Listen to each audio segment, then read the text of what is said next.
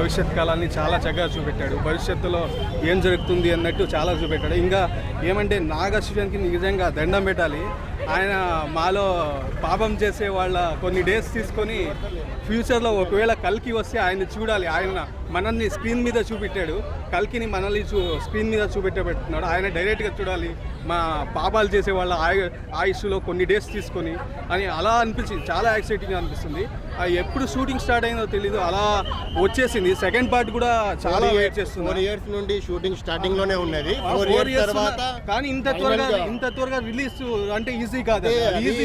చాలా ఆయన ఎప్పుడో ప్లానింగ్ ఉండొచ్చు, కానీ ఇంత త్వరగా వచ్చింది అంటే అది త్వరగా అంటే నాట్ ఈజీ, బట్ అల్టిమేట్ గా ఫైనల్ గా చాలా బాగా తీశారు. ఇండియాలో ఎవరు వాడని కెమెరా వాడారు. ఈవెన్ 3D లో చూడాలి అండ్ నార్మల్ గా అన్ని రకాల వంటలు నిజంగా ఇందులో వెజ్, నాన్ వెజ్, ఫ్రూట్స్ అన్ని రకాల ఎంటర్టైన్మెంట్ ఎవ్రీథింంగ్ చాలా అల్టిమేట్ గా ఇక్కడైతే అస్సలు మనకైతే బోరింగ్ అనిపించదు. అస్సలు సూపర్ గా అనిపించింది.